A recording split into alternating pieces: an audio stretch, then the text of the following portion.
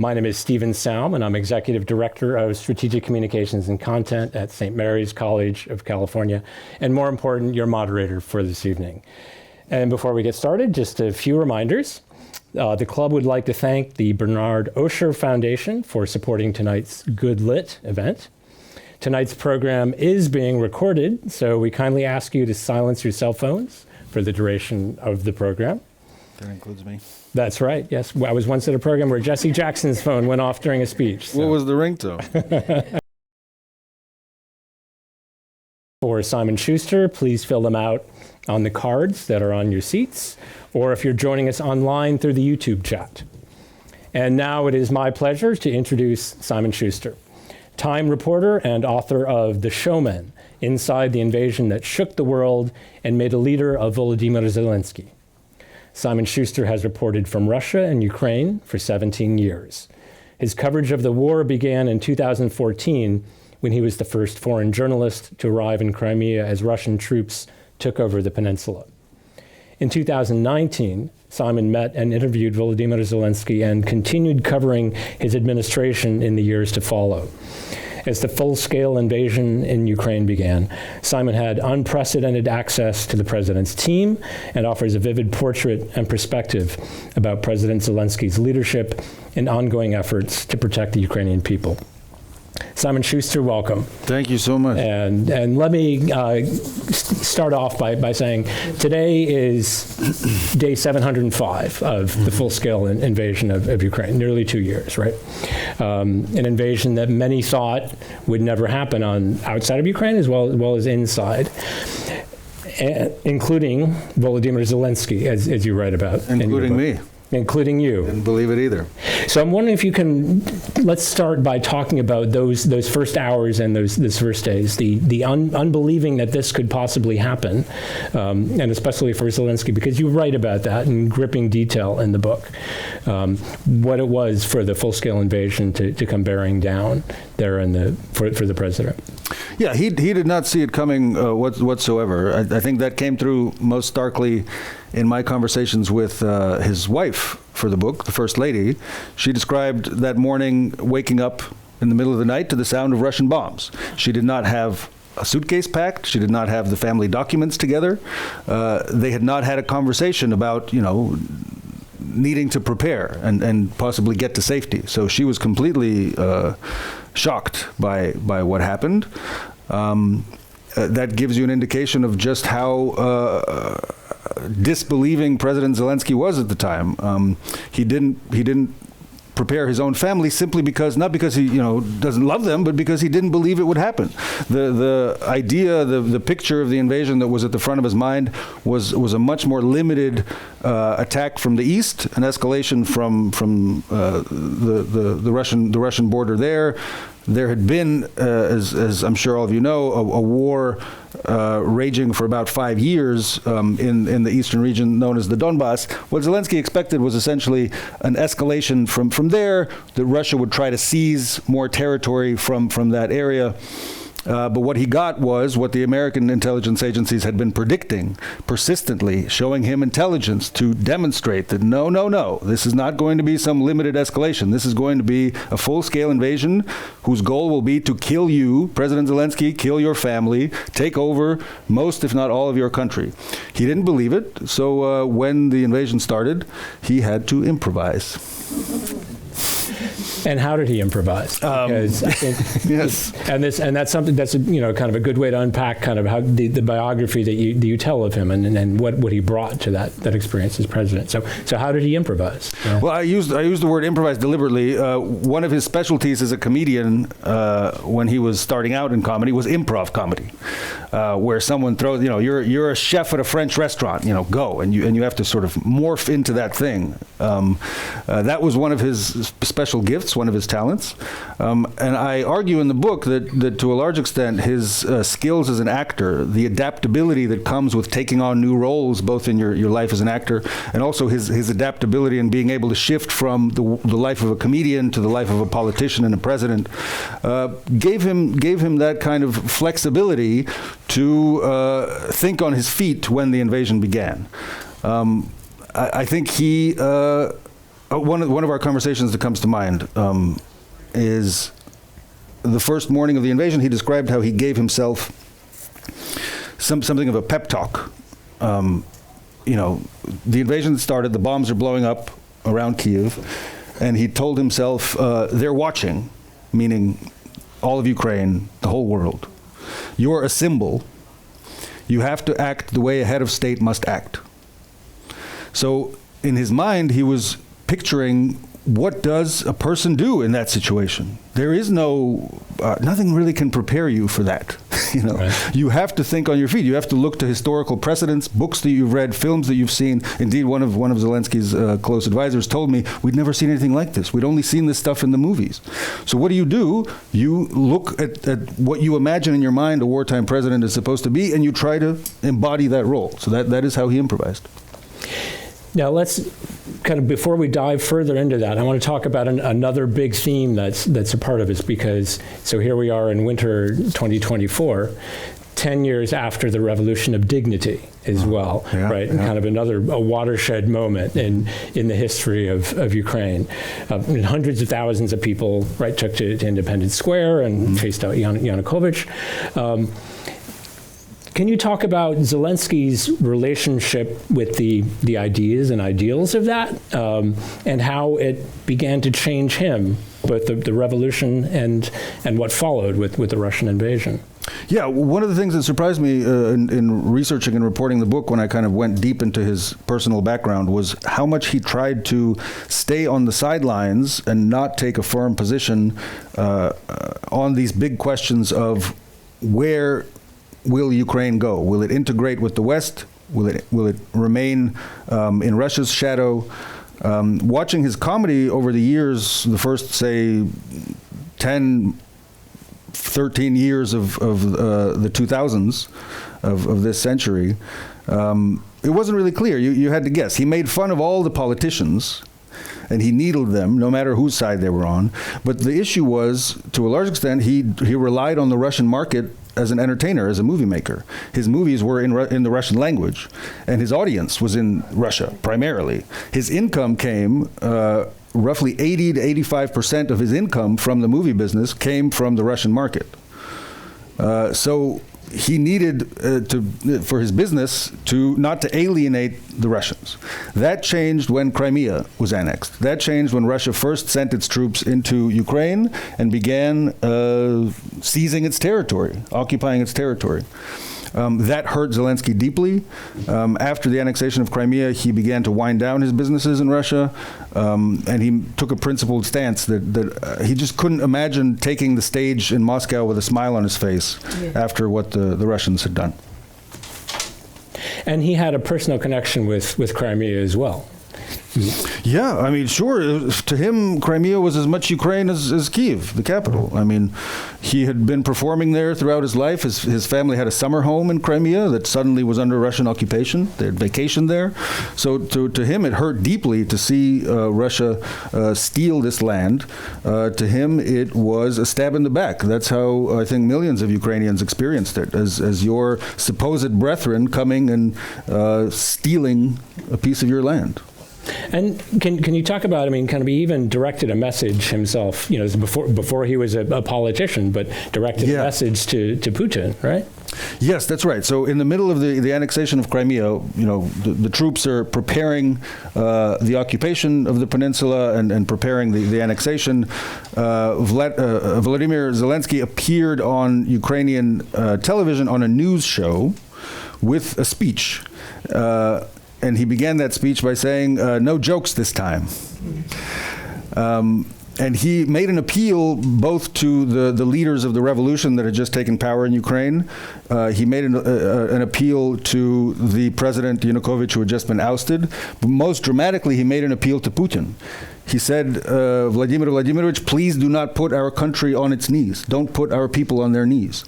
This was very far from a joke. The Ukrainian people had never seen him speak like that. He was known as a satirist, a comedian, an entertainer, and suddenly he had shifted into something like political activism. He was using his fame to try to shape events, and that appearance on that TV show, I would argue, was a very formative moment for his career, his progression into politics. So I'm wondering, talking about him and his progression, one of the things I'm interested in because of your longtime connection with Ukraine, even with family that go back, right, so generations. Can you also talk about that moment and the years that followed in terms of forging a different sense of Ukrainian identity? I mean, certainly that's something that I witnessed and had people begin to tell me firsthand in 2014. And, in Kherson, Russian-speaking folks I would talk to saying, I don't feel like I have a lot in common with people in Lutsk, but I'm Ukrainian and I don't want Putin running my country. Yeah, a lot of conversations. So I began reporting very actively in Ukraine in 2009. That was the first time I lived for an extended period for about 6 months in Kyiv. I covered the presidential elections that elected Yanukovych in 2010. So at that time, my conversations with Ukrainians often were the following. So some of the Russian speakers would often be frustrated by the fact that the television channels were in Ukrainian. The language of communication with the state, the bureaucracy, was in Ukrainian. This was frustrating to them. It was an annoyance. There were a number of conversations. This is going back again 2009, 2010, when people said, just expressing such frustration and disgust with the kinds of corrupt leaders that they had in Ukraine. It was not infrequent to hear people say, "I wish we had someone like Putin." That was also pretty typical back then. After the Revolution of Dignity in 2014, after the annexation of Crimea, that changed dramatically. So people experienced that as a stab in the back, as I mentioned. And then, 2 years ago with the full-scale invasion, the Russian idea in Ukraine died. Its final death, I think. This was a gradual progression, but as Russia became more and more aggressive in its tactics and trying to keep and maintain control over Ukraine, the Ukrainians began rejecting everything Russian about themselves, in their culture, in their language, in the films they watched.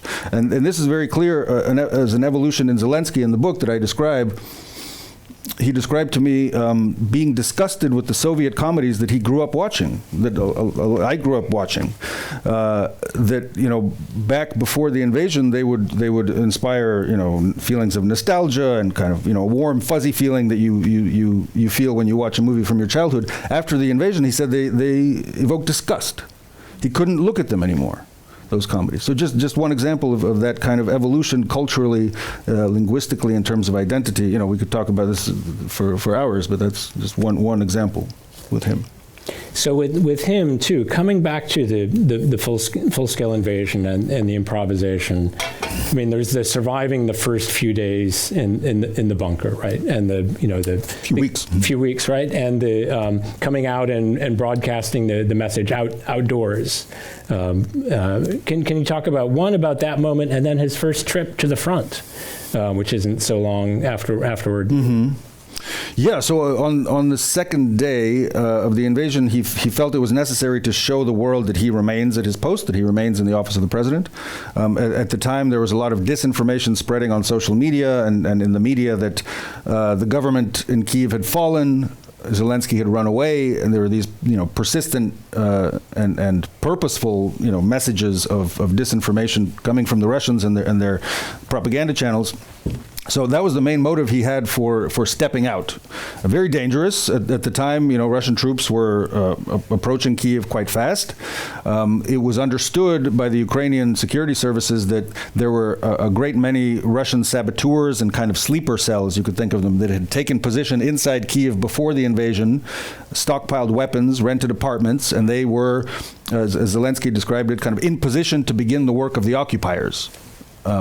So it was very dangerous to step outside in that moment. I don't know how many of you have been to Kyiv. You know what the government quarter looks like. It's not like the White House where you have kind of a large lawn and you see it from a distance. No, this is in a packed neighborhood. It's very difficult to protect.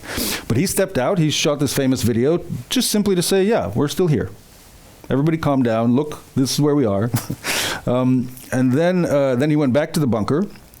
As his security guards insisted he do. But and for those first days, primarily he experienced the invasion the same way all of us did, through our screens. Mm-hmm. yes, he was getting phone updates and he was having conversations with his generals, but for the most part, they were watching it from their screens. You know, the explosions, the same videos that we saw. That's what they were watching down there. And after about a week, he got tired of that, and he said, you know, I need to experience this invasion the way our soldiers are. And he insisted, against the very, very severe severe words of his security detail, not to do this. He insisted that they go and visit the front lines. So he kind of snuck out with no cameras, no one but one of his aides and a couple of security guards, and they drove out to the front line. And I asked him, why did you do that? I mean, it's a crazy risk. You know, he went so close to the front line that a Russian sniper could easily have spotted him and shot him. The goal, as everyone knew, of Russia was to kill him. So I asked him, why did you do that? And, you know, he wasn't there to lead his troops into battle. This isn't Napoleon, you know. He said, I needed to feel their emotions. I needed to experience what they were experiencing. He wanted to talk to them. So he went there, and they went and took a look. He recalled seeing this massive crater that a bomb had left.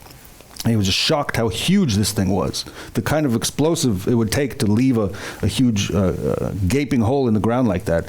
And on their way back, they stopped at a checkpoint where it was around lunchtime, and a local man had just brought a pot of borscht for the soldiers to eat, and he was feeding them. And the president and his aides and a couple of his bodyguards stood there at the checkpoint and had a bowl of soup. He got their emotions. Yeah. You know, you were talking about the sleeper cells. I mean, on a tangent, one of the interesting pieces I read was connected with Bellingcat and the research that showed that maybe not as many sleeper cells or not as many collaborators were bought off as were supposed to have been bought off. That was one of that the corruption within the Russian system. The money didn't go where it was supposed to go to buy out as many people as they wanted. Yeah, the story of the sleeper cells is an interesting one. I think from my research, I went to great lengths journalistically to try to confirm some of these stories of these sleeper cells. I think there was a lot of paranoia in Kiev at the time, a lot of fear and panic. And I think some of the supposed sightings of these sleeper cells turned out not to be the case. But there was one instance that I was able to confirm. On that first day of the invasion, someone climbed into a half-built apartment tower that happened to stand very close to the Ministry of Defense. And it was a construction site. So, it was going to be a set of condominium tower, but it wasn't built yet. So anybody could walk onto the construction site, walk up the stairs, and they had a clear line of sight straight to the Ministry of Defense. Somebody went up there and opened fire with a machine gun directly at the Ministry of Defense. I spoke to a few people in the Ministry of Defense who were there at the time. They described people, glass shattering, people ducking for cover behind desks and walls. Some of the Ukrainian officers, in their state of shock and surprise, grabbed their Kalashnikovs and began fairly blindly shooting in the direction of this apartment tower because they saw roughly where the fire was coming from. So this was the kind of situation, that was unfolding that day. What the Ukrainian Minister of Defense told me is it seemed like the goal was to spread panic. They weren't trying to seize the building. They were just shooting at the building to give people inside the impression that the Russians are here. The Russians are close by. They're about to seize the building, so we need to run. And the Russians didn't yet have the forces in place to do that, but they had enough forces to scare people. That was the idea, to scare Zelensky and his government into running away. It didn't work. So one of the things that you write in the book is the Battle of Kiev, which raged through the end of March 22, had a greater impact on the course of European history than any since the end of World War II. Talk about that. Well, imagine what the world would look like if that battle had gone differently. The aim of that battle was to, again, kill or capture Zelensky, take the capital, install a puppet regime loyal to Moscow in Kiev, and take over the entire country. You would bring the border of Russia basically right up to the border of the NATO alliance, Poland and other countries. I mean, it would be a complete realignment of the forces in Europe that have held since World War II. I think it was definitely the most consequential. If you think about Russia's initial war aims and what they were going for, that would have changed the world. And one of the shocking moments came when Russian forces pulled back from Kyiv, failed in the assault, and then. Right, and Ukrainian forces liberated Irpin and Bucha, for example. A couple of communities where I'd observed elections in 2019, so saw these bucolic bedroom communities. Zelensky's visit to Bucha certainly, and then what happened was a transformative one. Can you talk about that? Because you went with them, didn't you? No, that was I went to Bucha a couple of days after his. A couple of days after, okay. But yeah, I get that a lot. In the book, it's described quite vividly, so people get the impression that I was there. But it's a lot of the descriptions are based on my interviews with him. You know, what was it like for you, and so on. But no, that visit to Bucha, he did. There were no journalists with him. But he invited the press to come and meet him in Bucha and to see what the Russians had done there, to see the atrocities. He told the press, it's very important that you are here, journalists, that you can show what the Russians did to the world. But he said, he said later that was the worst, the most horrifying day of that horrifying year. When he came to Bucha and he saw, it was April 4th of 2022, he saw the atrocities, hundreds of civilians massacred, people tortured, torture chambers uncovered. I mean, the most horrific scenes of atrocities you can imagine. So he saw that, and the way he described it later was, it gave him the feeling that the devil is not a figment of our imaginations. He is here on this earth, and he had the sense that he had seen the work of the devil in Bucha. And you actually have family connections in Bucha. You write about that in your grandmother, right? Yeah, so my grandmother, my mother's mom, my mom is here tonight. You can applaud, all right? In the front row, yes. She grew up in Kyiv, and they would vacation in Bucha when she was a little girl. Before World War II, and in the book I described this a little bit. I called her. She's still around. She recalled this very, very well and colorfully. And Bucha was it was a peaceful, beautiful, fairly affluent community that Ukrainians, especially in Kyiv, associate with summertime in the garden. So that's the ironic thing was that a lot of people in Kyiv. Who, as talk of the war, talk of the invasion was intensifying in the winter of 2021 to 2022, they said, maybe just in case I'm going to get out of town for a while, in case they do attack Kyiv, and they went to Bucha. They rented a place, or they went to their summer homes in Bucha because it felt safe. It felt safe. One of the other things that you write in helping folks understand Bucha and its relationship to everything else that happened, you quote Reznikov, the former Minister of Defense, as saying, the crimes of the Russian orcs took place all over Ukraine, the looting, the murders, and the rapes, but the world heard the word Bucha, right? And Bucha became the black swan, and everyone saw its images of Bucha. Yes, and that, I have to say, was not by accident. President Zelensky recognized that, first of all, to rouse the conscience of the world, it was very important for everyone to see what the Russians had done in Bucha. But he and his government began very actively trying to show the world. The day after he visited Bucha, he spoke at the UN Security Council, and they prepared a video of the atrocities that they showed on the big screen in New York for all the members of the Security Council, so they could see. And very soon after, European leaders, once the Russians had withdrawn from Kyiv and its suburbs, once they lost the Battle of Kyiv, European leaders began visiting Zelensky in his offices, in his compound, and he would always urge them to go to Bucha and see it. And I spoke to one of Zelensky's close friends who he said, in the first 2 months after Bucha was uncovered, 30 delegations from Europe. Imagine that's a few a week. He would take them and he would bring them right up, as he put it, to the edge of the pit so they could see and, smell what the Russians had done. And he said that was extremely effective in making sure that when they went back home to their capitals, they didn't go back to business as usual. They remembered. When you see it yourself, you know, you feel it. And they insisted with some guests that they go and see it for themselves. Now, there are, I don't want to belabor it too much, but you actually use Bucha as kind of a touch point.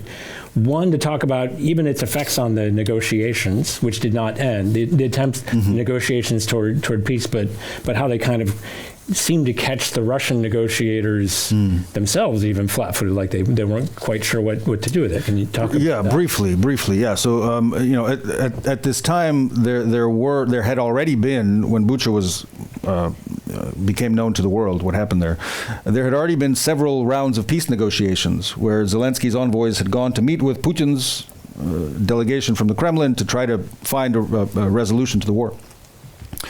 And Bucha shocked the consciences of all of the people involved in those negotiations as well. One of the negotiators who I talked to as this was happening, he said, yeah, at the last round of negotiations, the Russians seemed shaken. They didn't know how to talk about Bucha. It seemed like they were themselves shocked, the negotiators.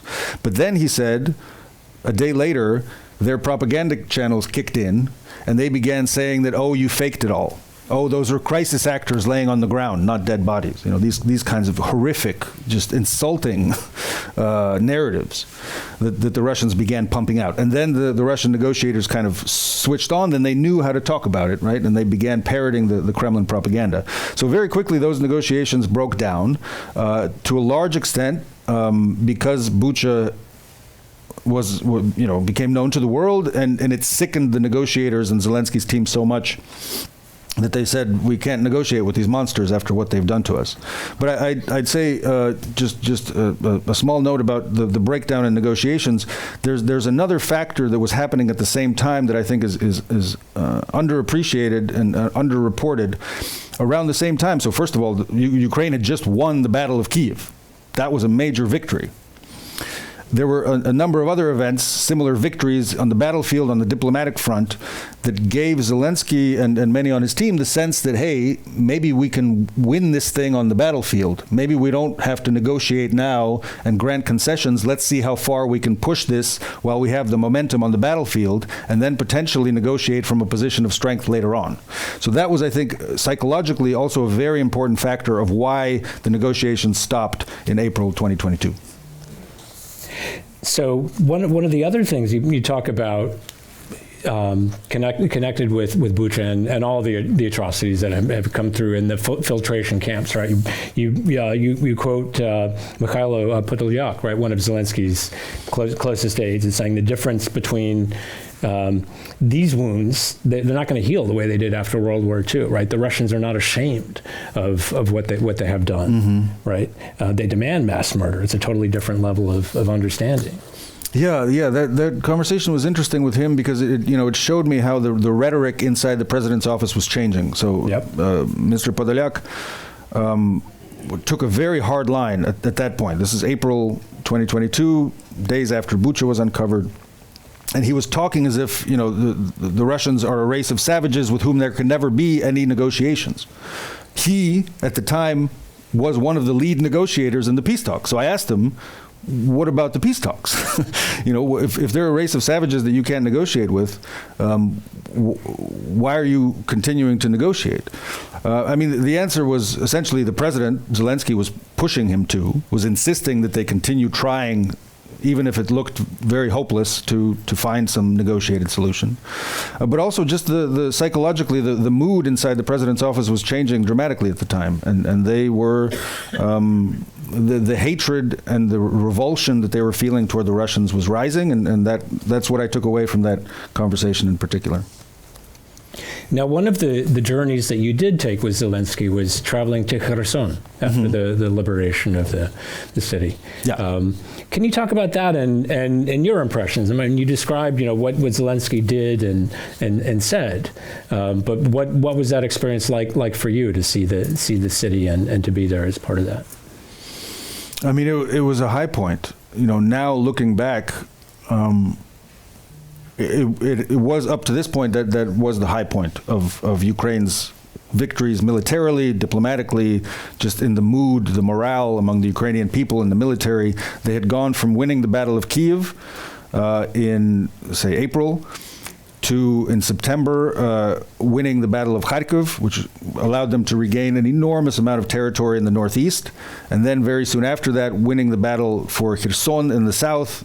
Kherson was the only city that the Russians, the only regional capital, the only big city that the Russians had managed to seize, and the Ukrainians took it back. You know, a slap in the face of the Russian supposed military juggernaut. So 2 days after the liberation, Zelensky and I traveled there on his train with his aides. He wanted to get there as fast as possible to plant the flag, quite literally. I mean, the main event on our trip was a ceremony to raise the national flag on the central square in Kherson. I mean, I took away a lot of lessons from that. You know, our conversations on the train were very interesting and revealing. I described them in detail. There was also an interesting moment, kind of an anecdote that I think about a lot, and I've recalled it in some interviews. We were standing on the square waiting for the media buses to arrive for the journalists who were going to record this flag-raising ceremony. And these loud explosions begin, these booms, very close. It sounded like artillery or something. Some bombs are exploding. You couldn't see any explosions, but they were so close that you could feel the sonic waves. So I freaked out. Everybody around us, you know, soldiers, the advisors, the ministers, and so on, kind of froze and were looking around, you know, looking at the sky. And Zelensky didn't seem bothered by it. That just shocked me. He wasn't wearing a bulletproof vest. He wasn't wearing a helmet. What he did was he saw in that moment that the soldiers had set up a Starlink internet terminal there on the square to get internet access for the guests from Kyiv. They'd plugged it into a diesel generator because the electricity had long been cut off in that city. So they had a diesel generator going and they had a Starlink thing. So Zelensky looks at it and he's like, hey, what's the Wi-Fi password? And he starts checking his phone. I'm like, oh my God, could we please go back to the convoy and get out of here? You know, but it just, you know, it taught me a couple things I think about him, or confirmed a couple of things that I had seen in him before. First is a huge tolerance for physical danger, much greater than my tolerance for risk, and also just the importance of that phone to him in the war. That is his weapon.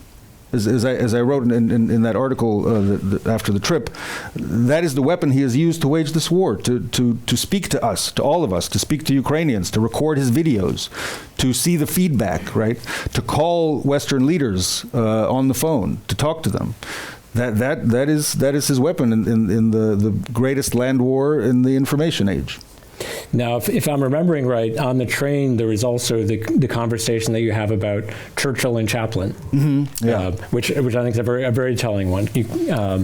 Yeah. So on the way back on the train from Kherson back to Kyiv, we had kind of a broad conversation about how he sees his place in history, how he sees the significance of the war, and so on, these kind of more, I don't know, philosophical or historical questions.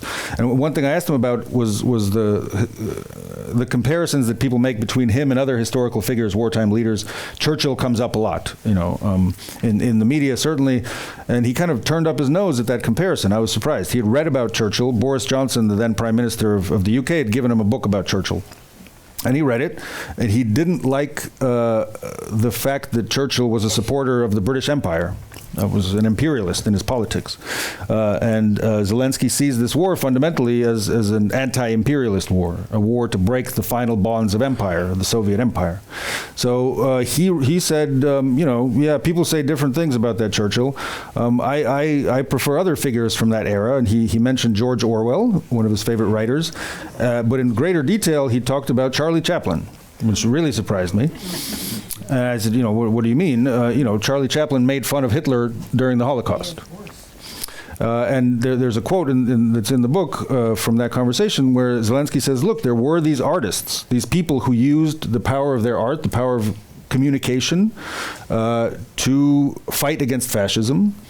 And their influence was often stronger than artillery. So that said a lot to me about the way Zelensky understands his place in the war, in history, the kind of pantheon of leaders that he wants to join. It's more Chaplin than Churchill. So let's Since you talked about Chaplin, let's jump back to a little bit of backstory, because we kind of skipped over this. Wind the tape back. Going way back, let's go back to Kryvyi Rih, right? Mm-hmm. So the city where Zelensky grew up. I visited there in the 90s when he would have been a university student. I was teaching there with the Peace Corps, right? So I remember this. A kind of derelict post-industrial city with the largest steel mill in the former Soviet Union, and the red snow from all the iron ore, and it was not a happy place. Yeah. But you kind of talk about his childhood and how he survived what was actually a lot rougher than what I realized was going on, and how that shaped him. And can you talk about that? Because I think that identity and growing up Russian-speaking actually has been really important in the role he's been able to play in unifying the country. I think so, yeah. I mean, it was a Russian-speaking family, a Jewish family.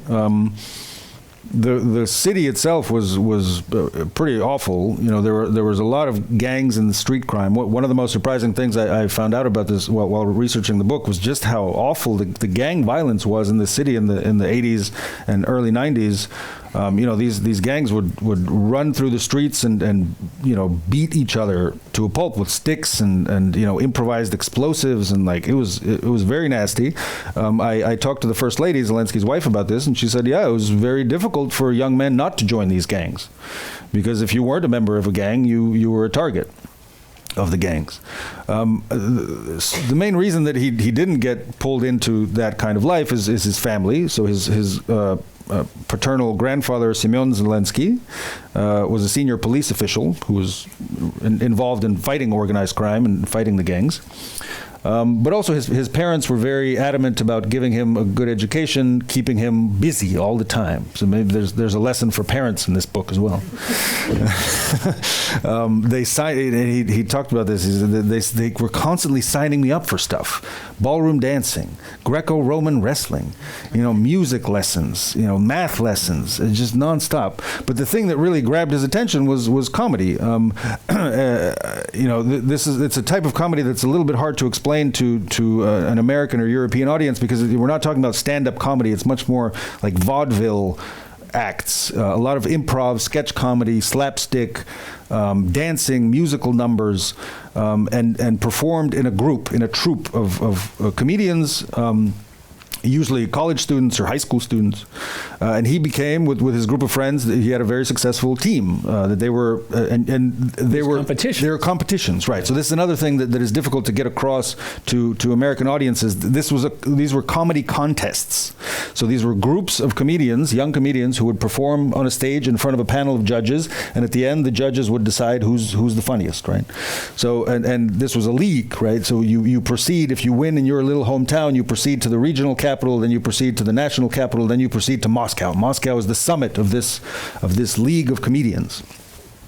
And he made it there very early in his life, in his career. I think it was about 19, or anyway, still in his teens when he reached the summit. His team was so successful that he was granted access to the Premier League in Moscow, and that, you know, put him on a track to be a very successful performer and comedian, not only in Kryvyi Rih, not only in Ukraine, but indeed the entire Russian-speaking world. He very, very quickly kind of leveraged his success in this comedy league to create his own production company, and they started just cranking stuff out. You know, rom-coms, sitcoms, reality TV shows, you know, live performances. So he was very active, very talented, very driven.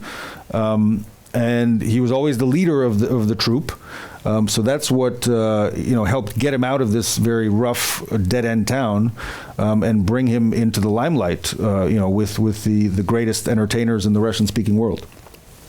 And then after the Revolution of Dignity, along comes Sluha Narodu as well, right? The servant of the people. And some folks may have seen the television show, right? Which you can get here. But talk about the evolution of that, and because that obviously is a transformative, you know, part. Yeah, I'd stop one click before that. Sluha Narodu. So after the revolution in 2014, after the annexation of Crimea, Russia began trying to seize more territory in eastern Ukraine, and the Ukrainians fought back. And this began a very violent and ugly conflict in the east, in the Donbass. And Zelensky, as a comedian, began going to the front line of that conflict in 2014 to entertain the Ukrainian soldiers who were participating in the defense of those territories. And he would fill up a couple of buses with, props and speakers and costumes and backup dancers, and they would roll out there and put on shows, and sometimes right near the trenches, sometimes in their military bases or air bases. And that was a very formative experience. It was very interesting to talk to some of his old friends about this, because they described the soldiers coming up to him and saying, "Hey, Volodya, you're so good at making fun of politicians, why don't you try being one? Why don't you run for office?" And this it started off as a joke, but sometimes people weren't joking. There was one incident when one of his old friends described to me the widow of a soldier, the widow of a paratrooper, coming up to him after one of these performances in the front and giving Zelensky the beret from her dead husband's uniform and saying, "Here, this is for good luck. Go run for office." That stays with you. I mean, he describes that as one of the most memorable, informative experiences of his life. And very soon after, to go back to your question, he starts writing the script for this TV show, Sluga Naroda, Servant of the People, in which he plays the president of Ukraine. He plays a high school history teacher who kind of stumbles into the role of the president by accident, By giving a tirade against corruption. Yeah, right. He gives this completely profane speech that one of his students in the classroom, in his history classroom, surreptitiously records on the phone, posts it on YouTube, and then the clip of the rant from this random history teacher goes viral. And the elections in Ukraine happen. It's a pretty far-fetched plot. The elections in Ukraine happen, and Ukrainian voters write him in as a write-in candidate on their ballots. This this random teacher who went on a rant on YouTube, and he becomes president. By accident. By no fault of his own. So what that show did is it forced Zelensky, as one of the screenwriters and indeed the star of the show, and his wife, who was also a writer on the show, and everyone around them, to imagine him in the role of president. What do you do? This is what you do when you write a screenplay or a script. You imagine this world, this imaginary world. And in this imaginary world, Zelensky plays an eminently likable, humble, successful, uncorrupted president. And I think when Ukrainians saw that, it planted the seeds in their mind as well, that hey, maybe we need a president like that guy in that TV show. So, and Zelensky, when he did then transition into politics, he didn't try to disabuse them of this notion. I mean, he almost invited them to confuse the real Zelensky with the TV Zelensky. I mean, that was a fundamental part of his presidential campaign. The 2 days or 3 days before the first round of voting, Zelensky and his production company released on YouTube the full final series of this TV show, which served as so people had just enough time to binge watch the thing before they headed to the polls. That has an effect on voters. They're sort of encouraged to say, this is the kind of president you're going to have. Except the difference is that Zelensky is in control of the world inside the sitcom. He's not in control of the real world. And in running for president, right, there wasn't a detailed raft of policies they were trying to implement. The comedy was the campaign, and that was also on purpose. I interviewed his campaign managers, and they told me very clearly that we tried to steer clear of the issues, because the issues of, again, should Ukraine go westward, should Ukraine integrate with Russia, were very divisive. The country was still quite divided on these points, and they recognized that taking a firm position on issues like this, issues of language, culture, political affiliation, political direction, NATO membership, EU membership, they would alienate one side of the electorate or the other. So better just to not really go there. They kept it vague. And indeed, when I first met Zelensky in the middle of the campaign, I was asking him, as journalists are prone to do, what's your policy on such and such? What will you do if you win? And he was like, we'll figure it out. What do you mean you'll figure it out? Well, we'll figure it out. If I can't figure it out, I'll hire some professionals. I'll hire a professor, and he'll come and, tell me, explain to me what I need to do. He was half kidding, I guess, but it didn't come off as a joke, because that was his platform. It was very vague. And he won, right, the first round was clearly dominant. Second round, 73%? 73%. I mean, unheard of. Yeah, really. A landslide.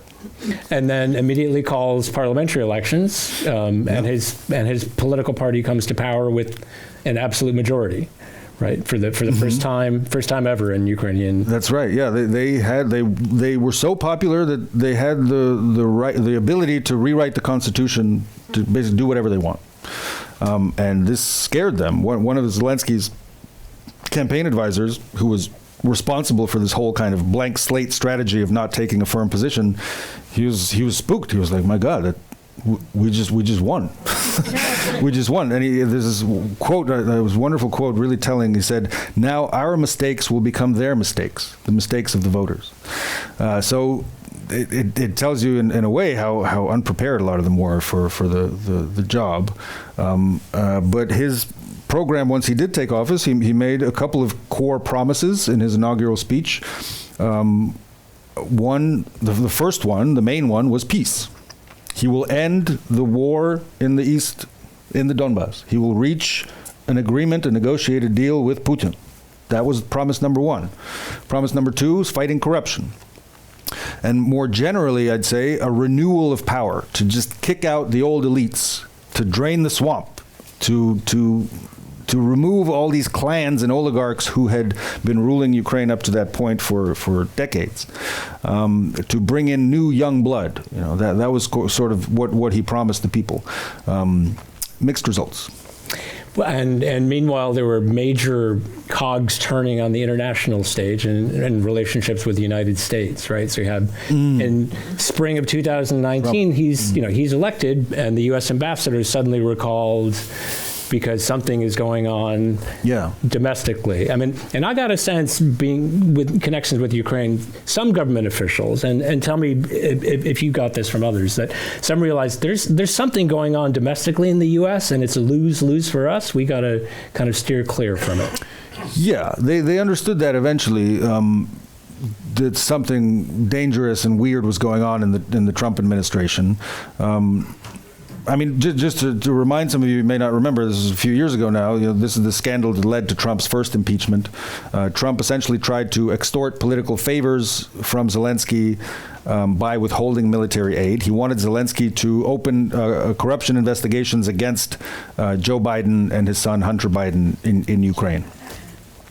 Old long story.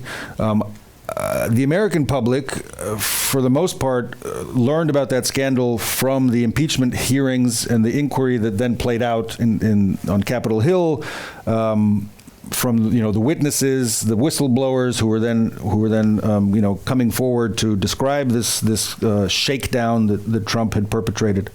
I was seeing it from Kyiv, and I was reporting on it from the way they saw it, which was a rather different picture. So in the book I describe it not from the American perspective, but from Zelensky's perspective. One thing that really surprised me is that you may remember there was this perfect phone call where Trump made this famous kind of explicit deal offer: do us a favor, and then we will give you the aid you need. The favor being, give us dirt on Hunter Biden and Joe Biden. When the Ukrainians finished that call and hung up, one of the participants described a mood of jubilation. They thought they had just had a great diplomatic victory.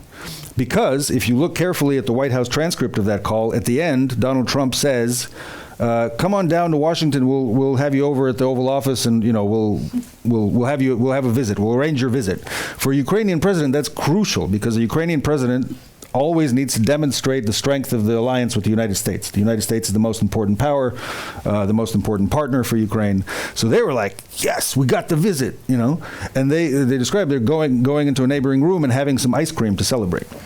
So very different experience of that perfect phone call, which from the American side, Trump's advisors were listening to that and they were like, oh my God, what did he just do? They kind of sensed that this was going to blow up as a major scandal. But as the scandal then evolved, I met with Zelensky in his office, and I talked to him about how he had experienced it, what lessons he had taken. the crux of it was, he was very dejected, he was very disillusioned, and he said, clearly, I can't trust anyone at all. All of our alliances are flimsy. It's all about people's interests, their self-interest, their political interest, their national interest. But there are no alliances. And I can't trust anyone, not the Europeans, not the Americans, nobody. Well, and they kept trying to arrange that visit to the White House, and somehow it kept not working out. Yeah. It never worked out. They had to wait, a long time. Now it seems that President Biden has Zelensky over at the White House pretty frequently. He had one visit in September, another one in December. But you compare that to earlier in Zelensky's presidency, that's a big change, right? So, it also tells you one thing that Ukraine has achieved over the course of this invasion is a sense of having a seat at the table of international affairs, being respected, being listened to. So I think no one would now deny that Zelensky is a major player in international affairs. People listen to him. In the beginning, he complained to me in our interview in late 2019 that he felt like Ukraine was just a pawn on the chessboard of great powers, of empires pushing us around. And that frustrated him very deeply, and he hated to be in that position. So 2019 is also when he has his first meeting as president with Putin. Yeah. And right? This was all happening at the same time. So Right. while the impeachment scandal is playing out, he's preparing for the talks with Putin. This is all simultaneous. Yeah. And I think a lot of people may not, remember, or if they talk about, as you've written about in the book, how that goes. Didn't go well. He prepared a lot. He told me that, in preparation for the talks with Putin, again, as I mentioned, his main promise, the promise number one of his presidency, is he told his people, I will bring peace. So from the first day, he was trying to arrange this meeting with Putin one-on-one to try to talk about it.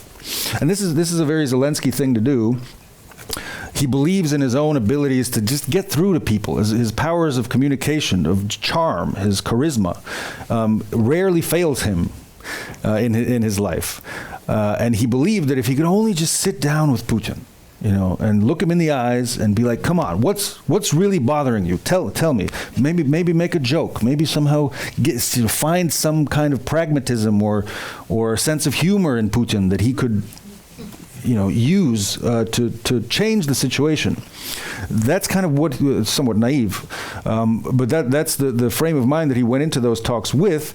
Not the only thing. I mean, I can say for sure, I saw him doing this and talked about it. He read the minutes of the previous negotiations that had gone on before Zelensky took power. The war had been going on for 5 years. There had been many previous rounds of negotiations with Putin. He read through them. The impression he got was that these negotiations just go in circles. Everybody's just repeating the same things. It's like they're pretending to negotiate and they're just going through the motions. So he said, I'm going to go in there and I'm going to look him in the eyes. And he tried. And I was lucky enough to speak with multiple people who were there. It was a closed door session. It was held in Paris in December of 2019. Zelensky was in power just, 7-8 months at that time. Very new to politics. But it didn't go well. He tried to make a joke. He tried to break the ice, but he found a man who was just made of ice and grievances and was not ready to hear it from anybody. So here's a big question, and there's some audience questions we want to know about this too. So how has the war changed Zelensky? Could we have 2 hours to talk about this? The book describes, an evolution of this person. If I think back to the man I met in March of 2019, he is basically unrecognizable today. There are some characteristics and qualities that persist throughout, but the changes in him, the way that politics changed him when he became president, and then the way that the invasion changed him when he became a wartime president, he is a different person. So I could go on and on about how, in terms of just interpersonal things, what he's like to be around. The administration, the atmosphere around him in the early days was very casual. When he walked into a room, people would keep their seats. Many of his aides and advisors called him by his kind of schoolyard name, Volodya.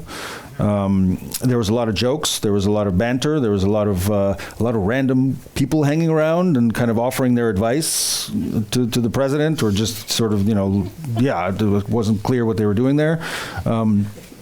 Now it's a much more disciplined, steely, focused group of people, much smaller group of people, much tighter. There is no joking. It's very all business all the time. What is the next thing we need to do? What are we doing now? What are we doing in an hour? What are we doing tomorrow to get what we need, to get the weapons we need, to convince this or that country that they're not helping Ukraine enough? It's very single-minded. It's very driven, and it's not as fun. but it's not the time for fun. The war has forced him to shift into a very different mode of being. And actually, in a piece that's just out, I think it's just out today, right? You talk about the former head of Ukrainian Railways and the new role he's playing with the military weapons development. But how Zelensky kind of cajoles him into the role, saying, I wish I could take a week off too, but it's not going to happen. Like, we can't take a vacation. Thank you for reading that. That story just came out a few hours ago. You're just really prepared. Yes, that's right. Yeah. So this minister. So that story is fundamentally about, it's looking into the future. How are the Ukrainians preparing for, honestly, Trump to possibly return, or even if Trump doesn't return, for the Republicans to continue stalling aid, for aid to continue declining? What do we do? What do we do in Ukraine? How do we sustain the war? How do we keep fighting if the Americans and the Europeans continue closing the tap? The answer, the primary answer, is domestic weapons production. Make it ourselves. Make the missiles, make the drones, make the artillery shells, make the guns. As much as we can, as fast as we can. So the story is about the man. It's a profile of the man, the minister that Zelensky has chosen to do this, to revive the fairly beaten down and old military-industrial complex that Ukraine largely inherited from the Soviet Union. To turn this thing into a war machine that can sustain the war, even in the event that Western support continues to decline. And that's right. The conversation that you mentioned there, Zelensky offered this guy that job, and he said, "I'm tired." He had just served for a year as the head of the railways. That doesn't sound like the most exciting job, but in the context of a war where no planes are flying other than warplanes, everything is done by rail. Refugees flee by rail. President Biden and foreign leaders arrive in Kyiv by rail. Weapons, tanks, all of it is coming by rail. So this guy has had a very stressful year of moving all that stuff. So he's like, "Boss, give me a few months off to rest. Like, I can't, give me the summer off. I want to, and Zelensky, he described this conversation in Zelensky's office. Zelensky's like, I dream about a week off to rest. I can't do it. We're in the war. I need you to lead the military-industrial complex. We have to start churning out weapons." And the guy was like, "Yeah, okay, fine, let's go. Let's do it." What are you going to do? You can't say no. So one of the audience members here wants to know, is there anything that surprised or shocked you about Zelensky in all your interviews? Yeah, I mean, a lot. That he listens so much and asks so many questions. Usually our conversations would begin with him asking me, "Simon, what do you think about what's going on? What do you think we should do?" And I always appreciated this, and I learned over time that it's his way of checking the information that he gets from his very close and tight circle of advisors. Whenever he goes out to the front, and when I traveled with him, he'll ask everybody, the train conductor, his personal photographer, grandmas on the street, soldiers at the front. He'll come up and be like, "What do you think? What's going, what have you heard? What are you seeing? How's that gun working for you? How's that artillery piece? Is that working for you? Is there something we need to fix?" And he's constantly engaging in, like, absorbing information, and I believe it's one of his main tools for making sure that his fairly closed circle is not feeding him only good news. So here's, and maybe this is too big a question to ask, so narrow it down as much as you want. So ask about how Zelensky has been changed or transformed. If you were to put that in context, for, if you're talking in terms of people or talking in terms of Ukrainian, the country, I mean, are there profound or big ways that the attitude or the sense of identity, sense of hope, anything has changed for the Ukrainians that you know? Yeah, 2 years is a long time to be at a war, waging a war of this intensity. I think President Zelensky stands out in my mind and among the Ukrainians I know for his single-minded commitment and confidence in victory. A lot of the other people I talked to, including some of his close aides, to be honest, aren't as sure and aren't as confident anymore. They're tired. Like this minister I just mentioned, they're humans. Zelensky's also a human, sometimes you see the exhaustion setting in him. He doesn't give himself a break, and, that sometimes shows. So, yeah, I mean, over time, as you would expect, there's weakening morale, there's exhaustion at every level of society. But, they're pushing on, and Zelensky's always looking for new ways to inspire them, to give them new reasons to hope and believe in Ukraine's victory. Often his military decisions tend to skew toward that goal of inspiring a belief in victory. So he tends, when he makes a military decision, he favors dramatic attacks that can show the world that Ukraine is winning.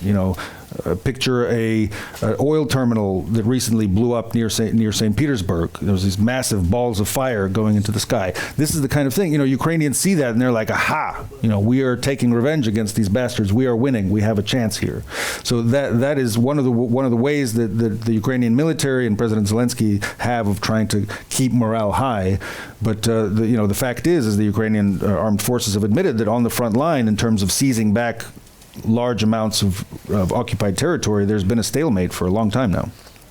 So connected with that, a couple questions. One from the audience, right? Someone wanting to talk a little bit about the conflict that's been reported on or has appeared between Zaluzhny and Zelensky, kind of disagreement. I mean, your sense of that, because you also interview him and he's a part of the book as well in a big way. Yeah, in a very big way. I'd say there are two relationships really at the center of the book. One is the relationship between the president and the first lady. We see a lot about him through her eyes, and we sort of follow her evolution as well over the years. And then the second relationship is between Zelensky and his top military commander, General Valery Zaluzhny. And the way that their relationship evolves from a place of intense trust and admiration, mutual admiration. Certainly, I remember once I was with the president when he took a call from the general, and just the tone of his voice was so full of respect and admiration. I was really struck by that. The way he talked to him, the way he addressed the general. This was early in the invasion. Over time, what you see, over the course of the story is Zelensky develops more confidence in his own abilities as not only a diplomat, but a military strategist. So he begins to have his own ideas of when it's necessary to attack, how it's necessary to attack, how to use the limited resources Ukraine has on the battlefield. And these priorities and goals were not always aligned with the generals. And under Ukraine's constitution, Zelensky is the supreme commander-in-chief. So he has every right, constitutionally speaking, to pull rank and tell the generals what to do. And at a certain point, he begins to do that. And they don't like it. So I think that is the main, if you had to summarize it, that is the main reason for the tensions. There were some others as well, but, and the book goes into specific decisions where they clashed, and Zelensky urged them to take a different course, or ordered them to take a different course than they were advocating. So unfortunately, we've reached the point where we have time for just one more question. So I think it's one you could probably go on for a long time, but I'll ask kind of in a succinct way, right? So the national anthem of Ukraine, Ще не вмерла Україна, right? Ukraine is not dead yet. Mm-hmm. What does that mean right now? What would you say, kind of what is embodied in this moment for Ukraine? Well, it makes me think of the large arc of this war. You know, there's a tendency among journalists, among people who read the news, consumers of news, to focus on where things have been for the last day, week, month, maybe a few months, and that tends to be, at least lately, a gloomy picture. You know, when I think of that line from the national anthem, I think of the initial war aims of Putin and the Russians was to kill Ukraine. Mm-hmm. So to make sure that Ukraine is dead now, that was the goal, to wipe it off the map. And that failed. So, you know, to put things in perspective, yes, in recent months things have been harder on the battlefield. But if you look back to February, March 2022, things were a lot worse. And the Ukrainians surprised all of us in the way that they fought back and made sure that Ukraine is not yet dead. And I think today, as we sit here, there is no imminent threat to Ukraine's existence as a nation. The threat is still real. People are dying every day. A fifth of the country is under occupation. These are very serious risks. And if Putin is not stopped in Ukraine, then he will continue on to Europe, the European Union and NATO. But, you know, the arc of this war over the last 2 years has shown that Ukraine is not dead yet, because they won the Battle of Kyiv, and they made sure that Putin failed in his initial and main aims. All right. Well, our thanks to Simon Schuster, author of The Showman, Inside the Invasion That Shook the World and Made a Leader of Volodymyr Zelensky. We encourage you to pick up a copy of Simon Schuster's new book here or at your local bookstore. And if you'd like to support the Commonwealth Club's efforts in making virtual and in-person programming possible, please visit the website www.commonwealthclub.org. And I'm Stephen Saum. Thank you and take care. Thank you so much.